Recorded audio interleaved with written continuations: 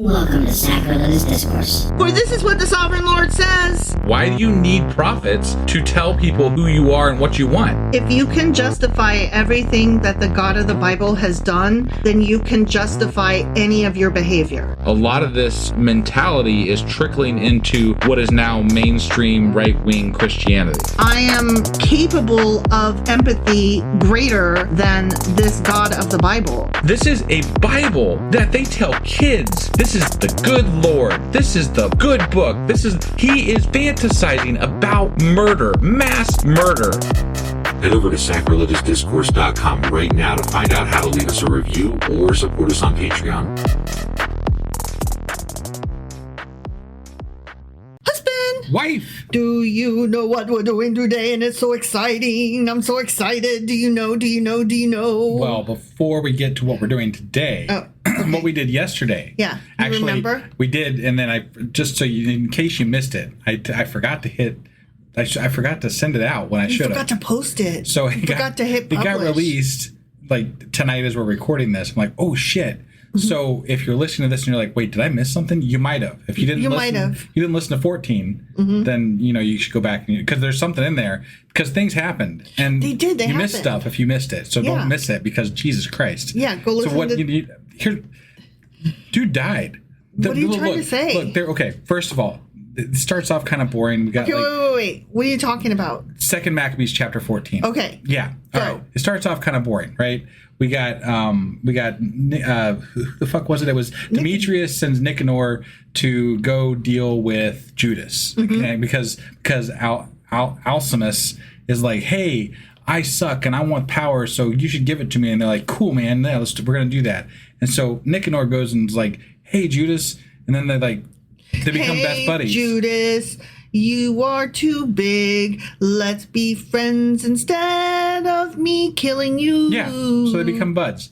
And then Alcimus is like, hey, Demetrius, what the fuck, man? He's being friends with him over there. And then Demetrius is like, that's not cool. And then he's like, hey, you should go kill him and stuff or do whatever. And anyway, long story short, things happen. We get to the end and holy fuck. Oh, yeah. The guy, and I don't want to give spoilers almost. If you missed it, if you know, you know. Let's just say somebody died in a very horrendous fashion, like beyond awful. It was so ridiculous that as soon as we got done, we ran over to find Kid and we're like, Kid, you got to listen to what happened. And Kid was like, I'm watching videos and you're stopping me to listen to a Bible story. And we're like, no, listen. And we told them the Bible story. And look, I just do a recap and we move on. But since I released this late, I don't want to give it away for anybody that might have missed this and moved on to the latest episode because holy shit. You could just fast forward to the end of the episode and listen to like the last quarter of it. Yeah. And get the gist of it. That guy's death, shit. It came out of nowhere and then it was epic, but it was like, what the fuck? Anyway, that was 2 Maccabees chapter 14. It sure as fuck was. Which means that today... Oh, yeah, back to my excitement. We're ending this whole thing. We're ending all of the Old Testamentalists. Yeah, even the Catholic ones. Yeah, and so what are we doing today? We are reading 2 Maccabees chapter 15. The ultimate. The ultimate, not the penultimate, which was the one that you didn't publish until now. Right. Now, this won't be the last episode before we get to the New Testament. But no, because I will be having a Q&A over chapters 11 through 15, which we need. Right. Because except for that epic death, we kind of don't understand what else was happening. There's a lot of names thrown out and a lot of things like run on set. It was just bad. There was a lot of bad shit. It was so many things happened. It was like they were like, oh, we only have a chapter left. We got to hurry up and wrap this up. Right. Yeah, it was too confusing. So we have that Q&A over the last 5 chapters. Then I want to do a what were the Maccadoodleses in the whole Old Testament like kind of wrap up. Sure. And then I think we'll have like a "You're Always Wrong" episode because that's just good fun. Right, because we do those things. Contradictions. We do contradictions. Yes. Yeah. And then we're going to have an intro to the New Testament. Okay. And I'm very excited about that. Before we get into the episode today, I do want to cover a couple of things because when I mentioned contradictions, it reminded me of something I wanted to mention. So for those You're going to mention a thing. I'm going to mention a thing that I reminded myself of. Yeah. For those of you who haven't been over to our website recently, it's been completely reworked, and there's some really cool features on there now. So like if you go back into our episodes and you click on let's just say Genesis 1 through 3, like our first episode, right? You scroll all the way to the bottom of it. There's going to be contradictions down there that are in that episode from the BibViz project, and I've imported all these things in there to where they correlate to all of our other episodes. So if you click on one of those contradictions, it goes to it, tells you which episodes relate to those contradictions and which ones are yes, which ones are no, or whatever the contradiction is, it tells you where those are. What you're saying is it's way more research friendly and useful for students who are studying this shit. Right. And also we have a science-y like research thing. If you go down to the bottom footer of the page, any page on our website that you should check out. And also you should really go to our 404 page. So if you just go to sacrilegiousdiscourse.com/404, it's like the where this page is missing thing. You should check that out too. Anyway, you just had so much fun putting that one together. I really did. And it's not done. The events page is updated too. It is very relevant and good. Okay, cool. Yeah. Anyway. Yeah, I saw all the updates, and normally I'm like, oh yeah, we do have a website, don't we? And I'm like, you updated it again, go you. And I'm like not enthralled because I don't do that stuff and it's just boring to me. But I have to say, husband put a lot of work into it and it looks really good now. It's very user friendly and it's very useful. So I'm giving it the wife enthusiasm stamp of approval. Thank you. I appreciate that. That being said, are you you ready to get into 2 Maccabees chapter 15 today? Sure as fuck am. Well, let's do it. Okie dokie.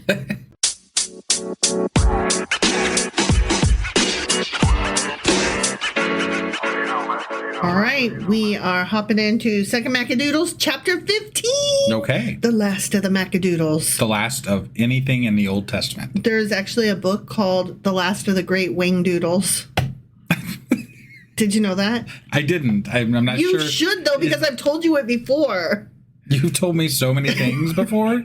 Many irrelevant and dumb things. I mean, you can't keep them all. I think you've told our listeners quite a few of those as well.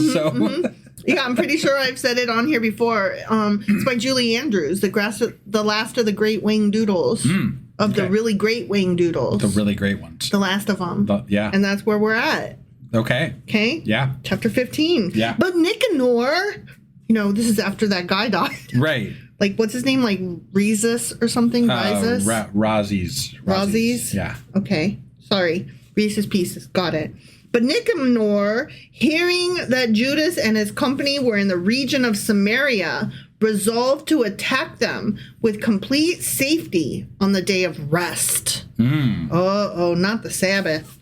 When the Jews who were compelled to follow him said, "Don't destroy so savagely and barbarously, but give due glory to the day which he who sees all things has honored and hallowed above other days." Yeah. That's Yahweh. They're talking about Yahweh. Right. They're like, don't do shit on the Sabbath because you're supposed to take that day to rest and appreciate Yahweh. That's God's day. Yeah. You can't even pick up sticks that day. Not God. Yahweh. There's different gods. Right. I'm not saying Yahweh has killed people for picking up sticks on the Sabbath. I'm saying don't call him God. Call him Yahweh. I'm sorry. You do whatever you want. I'll do me. You do you. I'm sorry, but I will no longer refer to this guy as God because there are different gods, and this guy's a petty little bitch. But you know what? Someone's got to say it because we might have listeners that pop in and they'll be like, "Who's this Yahweh fucker?" He's a fucker. He's a dick. He is a dick. Don't worry about it. I'll call him a dick all day long. Will you? Then the thrice accursed wretch asked if asked if there were a sovereign in heaven who had commanded to keep the Sabbath day. When they declared, "There is the Lord, living himself as sovereign in heaven, who told us to observe the seventh day." Did he tell you or tell somebody thousands of years ago? I think that's I'm just curious. Ding, Right, ding, ding. Yeah. He replied, I also am a sovereign on the earth who commands you to take up weapons and execute the king's business. Nevertheless, he didn't prevail to execute his cruel plan. I see. So dude is like, and guess what? You've got a king in heaven, and that's cool, my guy, but I'm a king on earth. And I say, pick up your fucking sword and fight. And they're like, nah. And Nicanor, in his utter boastfulness and arrogance, had determined to set up a monument of complete victory over Judas and all those who were with him. But Maccabeus still trusted unceasingly with all hope that he should obtain help from the Lord. He exhorted his company not to be fearful at the assault of the heathen, but keeping in mind the help which in former times they had often received from heaven. So now also to look for the victory which would come to them from the Almighty, and encouraging them out of the law and the prophets, and reminding them of the conflicts that they had won, he made them more eager. Well, yeah, that's what you do. You rally the troops, right? You're like, hey, remember how we won all these fights? We're going to do it again, guys. Fight. And this God guy, this Yahweh guy, he's on our side. Yeah. He might be a dick, but we win battles because of him. Stand up, sit down, fight.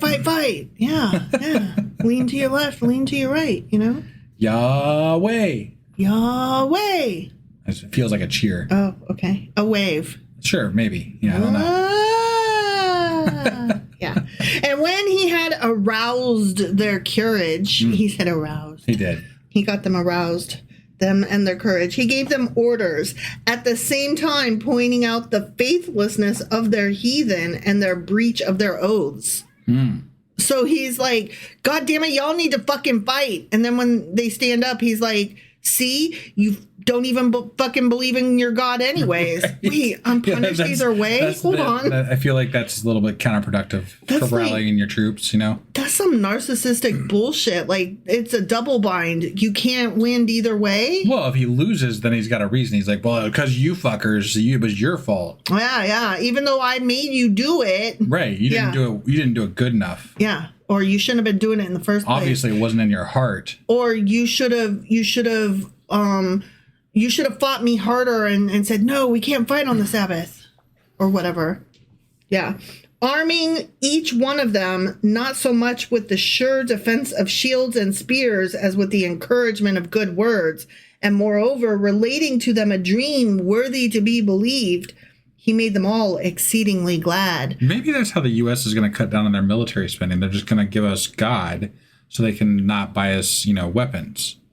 I don't think that's true at all. No? I think they're going to give us God and weapons. Because have you seen all the I already know shit? we don't outfit our military as well as we should. So I'm just saying, like, maybe in place of that, you can't have that armored vehicle, but God, Well, we're also maybe like going to do a mandatory draft. And I know that they are already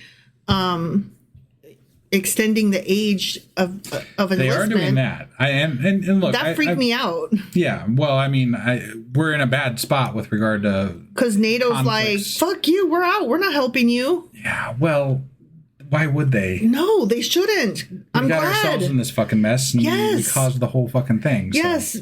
Please, NATO, don't help us be the bully and bad guy. Continue to be like, fuck nah. Yeah. America, you're on your own. Right. Somebody's got to be the bigger person, Or the smaller person who's like, Jesus Christ, I'm not doing that. Ooh. Right. Yeah. The vision of that dream was this.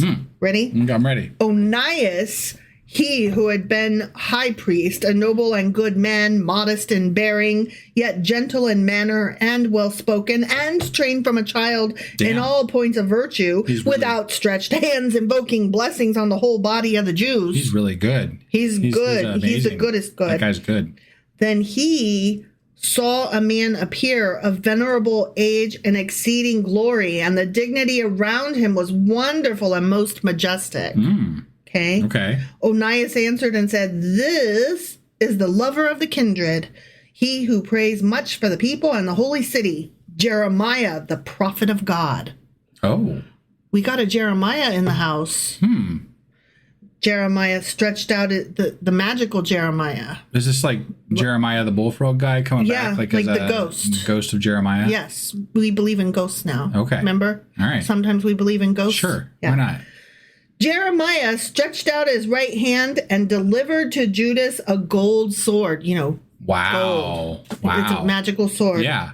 And, you know what? But it's funny because previously in the Bible, God didn't like gold or silver. Right. At certain points. Right. So.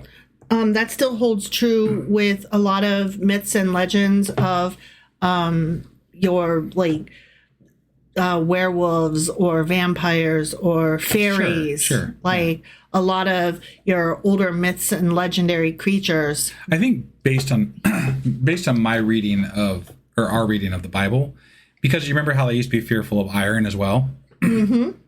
Well, which is another one of those. It seems to me that they're fearful of things at earlier times in their upbringing, sort of as a culture, because they don't know how to wield those metals as well as other people. Right. And so people are making these amazing weapons out of metal that they're like, holy shit! So they're scared. Their gold is scary, scary gold. Gold is scary, and then when they learn how to do it, they're like, gold is awesome and magical. We love gold. Right. Gold is so cool. Yeah. Look what we can do with it. Yeah. Yeah. I think that sounds right. That sounds right. They're scared of it. That's why it's bad at first. In my opinion, I could be completely wrong about that, but that tracks though. It feels correct. That tracks. They were also afraid, and a lot of myths and legends, again regarding fairies and vampires, of moving water, fresh moving water. Okay. Like in the movie Sinners, right at the end. The young kid, I forget his name, but he's the one who was the singer who invited accidentally by being such a good guitar player and singer. Spoiler alerts. Anyway, yeah, he jumps into the water and the Remick, the main vampire guy, doesn't quite get him. Right. He kind of slows down a minute. Yeah. And it's believed that it's because he jumped in moving water. And vampires are ixnay on the moving water. Okay. Yeah. I don't know if you knew that. I didn't know that. I knew garlic and sunlight. That's garlic and sunlight. And also, you have to be invited in. Right. And apparently, there's a whole bunch of people out there who don't know vampire lore and didn't know that that's a common theme in vampire. Did you not ever read Interview with the Vampire or watch any single episode of Buffy ever? What? I mean, I could see that being the case for somebody. I don't understand that person. We don't have very much in common, I do declare. I'm just saying. Stop shaking your head at me. No, you're right. You're right. Maybe they grew up differently from me. Yeah. I love me a good vampire movie. Right. Blade was so bloody, but so good. Well, let's be honest. A lot of people that are listening are they might be. Yeah, they might be deconverting. Would have maybe not even been allowed to. That's true. Yeah. Oh my gosh, my mind has been stretched today. I apologize for being so elitist and snobby with regard to your knowledge of vampire lore. Yeah. So, just so you know, it's common. Vampires need to be invited in. There you go. Sorry. Yeah. Also, I have feelings about vampires. Wife does have feelings about vampires. And zombies. Oh my God. I love zombies books. I'm iffy on zombie movies because they're too scary for me. Zombie games and zombie shows, they're too scary, but I love zombie books and zombie comics. Right. Ooh, but they're so scary. It's like a love-hate thing. They're scary. They chase you. Yeah. They chase you and they get you. Do you remember when we went to Peoria, Illinois that one time? Oh my God, that was terrifying. That was terrifying. We went to Peoria, Illinois for... my son was at a karate, a national karate tournament thing. Right. And so, we don't just travel around. We're not just people who travel randomly to weird cities like Peoria. I mean. And so there we are in Peoria, and. Little known fact, that's where fluoride was invented. Oh, yeah, I forgot about that. That's the first time they put it in the public water. Sorry. So we're walking around the streets of Peoria, and we're like, so this is Peoria, huh?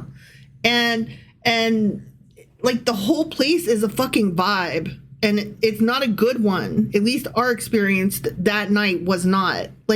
First, it was daytime. It was daytime, but we kept like. And we did walk after it was dark as well. But remember, there was like nobody there. Like the streets were empty. They were. And the karate tournament was not that The few big. people we did see did look a little bit like zombies. They did. It was creepy. And also the scariest part, we saw like a whole crowd down at like the pier. Yeah. Along the lake or whatever. Sure. And we're like, what's happening down there? And I think it was a river, but regardless. whatever. Yeah. Water. Right. Water again. And we're like, oh, there's all the people. What's going on? And so we get closer and closer and we see that it's like cordoned off and that there's police and we're like, what the fuck is happening? And there was a dead body in the water that they were pulling out. And we were like, we're going back to our room now. We did. We hightailed it back to the hotel room. We're like, it is scary. And I'm sorry, Peoria. Like, that's probably... You guys had some lovely, buildings that we saw. I'll be honest. I don't remember the buildings. There was that one church I remember we saw. It was really beautiful. It was like I'm sure you're right. Stone and old. And I'm sure you're right, but that was not my takeaway. Sure. It was a very scary experience for me, and that is what I took away. It wasn't that scary. It just... Because of my personal baggage with zombies. Right. And it felt like a zombie experience. Sure. Yeah. Okay. Sorry, that was way off topic. It really was. Well, you brought up Peoria. No, I did. That wasn't my fault. It's fine. Okay. Anyways, magical ghost of Jeremiah. Who doesn't want to just randomly talk about Peoria in the middle of a podcast? Like, that's definitely a best-selling podcast right there. Look, I'm always up to talk about any story in my life ever because I just love talking about things. And one of my personal mottos is that catastrophe now makes a great story later. Yeah. And I love enthusiastically telling you things. FYI, we'd love to hear from like our one Peoria fan out there. Yeah, explain. That's why I was apologizing. Like, I'm sorry to Peoria. Like, I don't mean to impugn what might be a great city. Like, I recognize that experience was mine alone and that the city's probably great outside of that one time that I went there, one night, one thing happened. Yeah. So anyway, I'm sure it's fine. Would I go back? I don't know. Maybe with a crowd, but I don't know. Okay. There's other cities I would want to visit first. Sure. But having said that, I would want to visit Peoria before I'd want to go back to Texas. Okay. How about that? That's fair. Mm-hmm. Yeah. Mm-hmm. Okay, so anyway, the magical ghost of Jeremiah stretched out his right hand and delivered to Judas a gold sword, and in giving it, addressed him thus: "Take this holy sword, a gift from God, Yahweh, with which you shall strike down the adversaries." Okay. Well, that did not happen in First Maccabees, I could tell you. No, I'd be a little weary of this because a gold sword is going to be kind of a soft sword. Like, gold is a soft metal. Do you mean is gold like, is it coated? Gold? Yeah, if it's gold plated, that's one thing. Or do you mean like maybe just a handle? But if it is really gold, maybe just then a scabbard. God really better be in this sword because otherwise it's probably just a piece of shit. Otherwise, God doesn't know what he's doing. It's just going to bend a lot. And I'm really sorry to tell you this, but if God gave you a sword that's actually just made out of gold, that might mean that, once again, your God is a puny God who doesn't know what the fuck. He certainly doesn't know much about weaponsmithing. Or geography. Well, that too. I mean, we learned that way back in the beginning. Right. He doesn't know what the fuck he's talking about. No. He also doesn't know science, like, at all. No. Like, at all. You'd think he would since he created it. Did he though? Well, I mean, hypothetically, if he created everything, then he had to have created science. So. He didn't create what was the wisdom? Remember? Because she was the bitch in the corner. Right. Wisdom that he did not create. He did not create her. I mean, yeah. It specifically said that. No, I know. And I'm like, oh damn! Like, we had a whole conversation about that. So he didn't create everything. There are some things that exist outside of Yahweh. Yeah. So, and wisdom is one of them. Like the land of Nod. Oh, yeah. Right, yeah, right. I don't know if he created that or not. I didn't specifically say. Didn't seem like he did, but I mean, whatever. He's like, go over there, get out of here. It's very touch and go as to what he did and what he didn't do. I don't think he did a lot. I think he was just a little local deity guy. Right. Who got blown out of proportion. Yeah. Fucking Christians. Being encouraged by the words of Judas, which were noble and effective. and able to incite to virtue and to stir the souls of the young to manly courage. They determined not to carry on a campaign, but nobly to bear down upon the enemy, and fighting hand to hand with all courage, bring the matter to a conclusion. Well, if they're fighting hand to hand, what does he need a golden sword or a sword of anything for that matter? Well, I mean, hand-to-hand combat, I think, usually does entail weapons that you hold in your hand as well. I think that's false. I think hand-to-hand combat means weaponless. When you say hand-to-hand combat, that usually means just like boxing and punching and stuff, or like wrestling. That's not how I've ever interpreted it, but Hand-to-hand combat means without weapons. I get the specific meaning of it, but that's not how I've ever known it to be used. Usually when someone is referring to hand-to-hand combat, there are bayonets or there are something else involved. I protest, and I think you're wrong. Okay, well. I'm going to look this up because it matters to me. Okay. Hand-to-hand combat. Make a note. Okay. Courage, blah, blah, blah. Courage. Because the city, the sanctuary, and the temple were in danger. For their fear for wives and children, and furthermore for family and relatives, was less important to them. But greatest and first was their fear for the consecrated sanctuary. I mean, look, basically what's happening here is they're like, I mean, I hope my wife makes it, but goddamn, this temple better last. If I gotta pick one or the other, I will fuck this couch in this temple all day, said J.D. Vance. Right. Allegedly. Allegedly. Just for the record, hand-to-hand combat.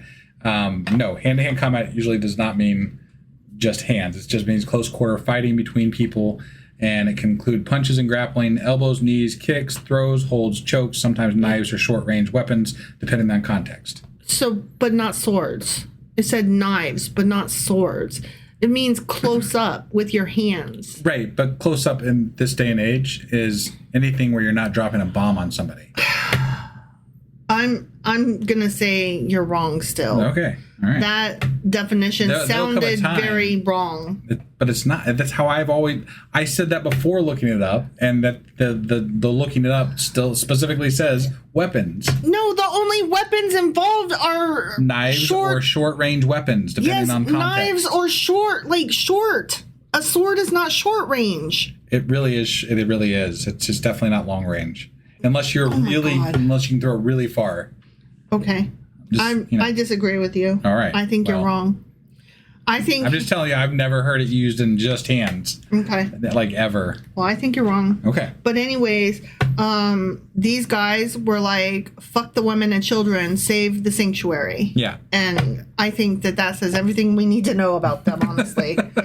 Also, those who were shut up in the city were in no light distress, being troubled because of the encounter in the open country. Well, yeah. Their fates depend on what happens, you know? Like, they were all scrolling Twitter back when Twitter was Twitter for updates. Hey, go get up on that hill, see what's going on. Yeah. And, light your fire and do a smoke alarm. Yeah. And let me know what's happening. Right. When all were now waiting for the decision of the issue, and the enemy had already joined battle, and the army had been set in array, and the elephants brought back to a convenient post, okay, and the cavalry deployed on the flanks, Maccabeus, perceiving the presence of the troops and the various weapons with which they were equipped, and the savageness of the elephants, holding up his hands to heaven, called upon the Lord who works wonders, knowing that success comes not by weapons. Not weapon. So the gold sword is fine. Yeah. Not weapons. Okay? Not weapons. Right. Good, because I put it down because it was too heavy. Yeah, right. But that according to how the Lord judges, he gains the victory for those who are worthy. Oh, so I don't even have to try as long as I'm worthy. He was just yelling at his own people for not being worthy earlier, so I guess it's not going to be them. Interesting. And calling upon God, he said this. Ready? I'm Quote, ready. Yeah. You, O sovereign Lord, Yahweh, sent your angel in the time of King Hezekiah of Judea, and he killed of the army of Sennacherib as many as 185,000. I remember that. So now also, O sovereign of the heavens, Yahweh. They call on that event quite a bit in Maccabees. They do. The Maccabees. They do. Maccabeans. The Maccadoodles. The second Maccabeans, anyway. So, Yep. yeah. Yep. So now also, O sovereign of the heavens, Yahweh, send a good angel before us to bring terror and trembling. If I was God or whatever, I would be like, my guy, I gave you a gold sword. I already sent an angel. Right? What the fuck? What the fuck do you want? I was already there the last fucking battle that you called me. You call me every time. I'm getting a little sick of this, man. It's not up to you. I don't Right. have to. If I don't want to, I'm God. I'm busy. You guys are becoming too much of a problem down there. I'm busy being in the future where they have Netflix. Y'all just don't even know. If I just send a flood, I could nap for the next 200 years. Through the greatness of your arm, continued my dude. Yeah. Let them be stricken with dismay who blasphemy have come here against your holy people. As he finished these words, Nicanor and his company advanced with trumpets and victory songs. Yeah. But Judas and his company joined battle with the enemy with invocation and prayers. Please God, please God, please God, please God, please God. Fighting with their hands and praying to God with their hearts, they killed no less than 35,000 men, Damn. being made exceedingly glad by the manifestation of God. I see. So God manifested, huh? Apparently. Coo. Yeah. When the engagement was over and they were returning again with joy, Yeah. they recognized Nicanor lying dead in full armor. Oh, Nicanor dead. Yeah. Then there was shouting and noise. They were already excited because they won. Yeah. You know what? It reminds me of the men's hockey team and Cash Patel, pumping up and down with his arms and Spraying beer, and somebody puts a medal on them, and they're all just there broing it out. Right. Yeah, that's what's happening here. And then they turn and they see Nicanor's dead, and it gets even more rowdy. Sure. That's crazy. Yeah. Then there was shouting and noise, and they blessed the sovereign Lord in the language of their ancestors. Yay! We won. Everything's Right. groovy. Yeah. He who in all things was in body and soul the foremost champion of his fellow citizens, he who kept through life the good will of his youth toward his countrymen, Yahweh, Right. ordered that Nicanor's head be... Oh, God ordered this. God ordered that Nicanor's head be cut off with his hand and arm, that they be brought to Jerusalem. Cut off his head and cut off his hand and arm. Because we like to display how, brutal and Because we're nasty. murderous we are. We're nasty. We're Sure. bloodthirsty, brutal, and nasty. I mean, there was in Psalms, they danced in blood. So, Yeah. there's not much coming back from that. These guys are gross. Right, I'm yeah. sorry. They're just always gross. When he had arrived there and had called his countrymen together and set the priests before the altar, he sent for those who were in the citadel, showing the head of the vile Nicanor and the hand of that profane man, with proud brags he had stretched out against the holy house of the Almighty, and cutting out the tongue of the impious Nicanor. Oh, cut out his tongue. He said that he would give it in pieces to the birds. To the birds with your tongue. And hang up these rewards of his folly near the sanctuary. Okay. So I saw a bird feeder a few days ago. Actually, it was this past weekend. Yeah. That was so cool looking. And now I decided I never want a bird feeder ever again because I'll always imagine Nicanor's tongue in it, and that's gross. But most birds, there's birds that eat meat for sure. Like, you got your No, I hawks know. and stuff like that. I know. But generally, they're not the ones that are bird feeders. I know, but the ones that eat that's seeds, That's so. always going to be in my brain now that Right. Nicanor's tongue. Yeah. Feed it to the birds. Yeah. They all, looking up to heaven, blessed the Lord who had manifested himself, saying, Blessed is he who has preserved his own place undefiled. Yay, no fuckers got in the temple. Yeah. Some of our wives might have died. Some of our kids might have died. Some of our own soldiers might have died, but nobody got into the temple. God is It great. didn't sound like they killed anybody in the town, so God is great. sure. I mean, if God was so great, we wouldn't have had to fight in the first place, but Right. whatever. He hung Nicanor's head and shoulder from the citadel. That's very godly.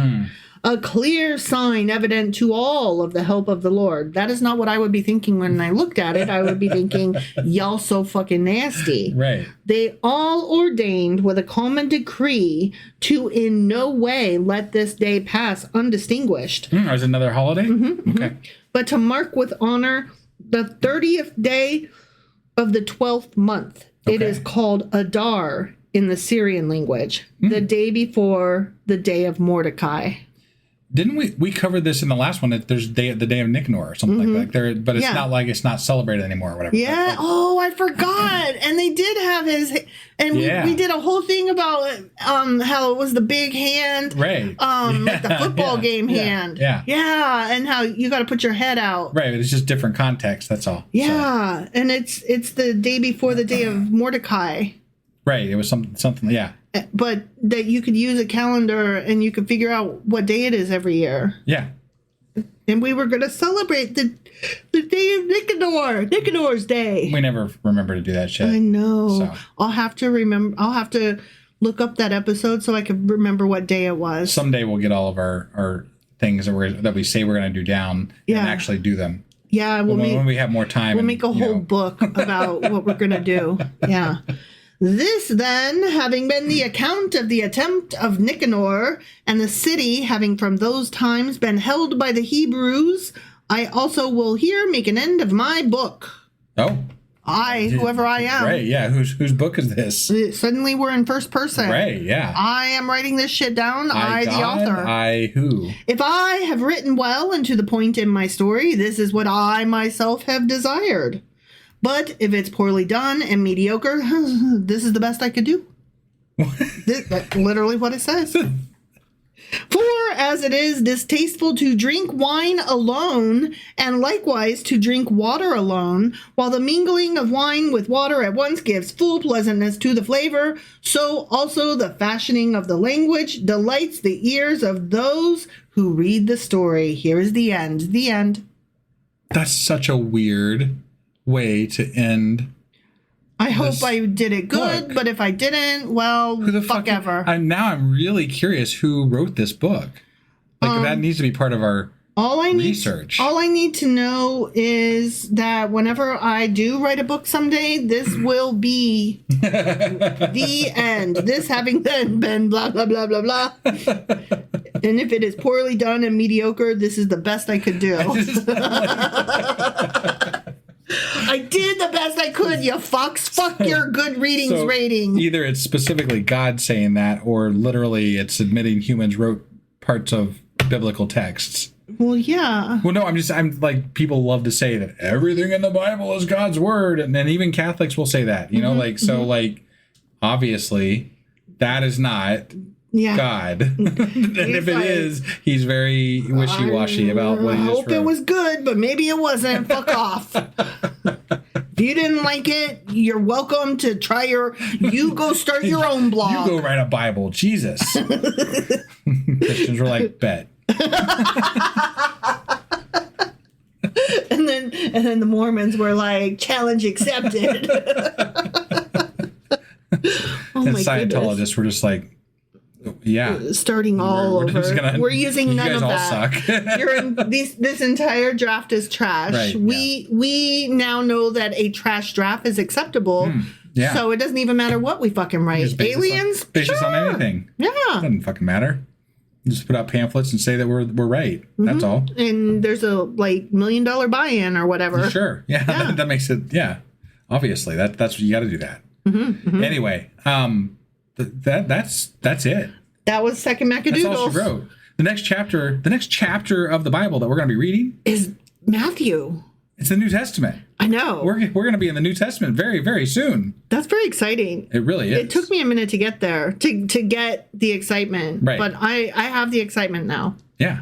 Yeah. I'm pretty excited myself. Yeah. I'm like, wow. Now we're in like pseudo relevant stuff. I know that our friend and listener Fern will be excited. They have been bitching about this for the last year. On Discord, yeah. Yes. Yeah. When are you ever getting to the New Testament? Fern, Right. we are getting to the New Testament. Just like 2 or 3 more episodes and then we're in it. Yep. So, all right. Well, thank you all for joining us. And If we did a great job, then, thank you. If we didn't, then it's the best we could do. We did the best we did the best we could. could do. You know what? That's a lie, though, because did we? Regardless, thank you. We'll see you next time. Mm-hmm. Bye.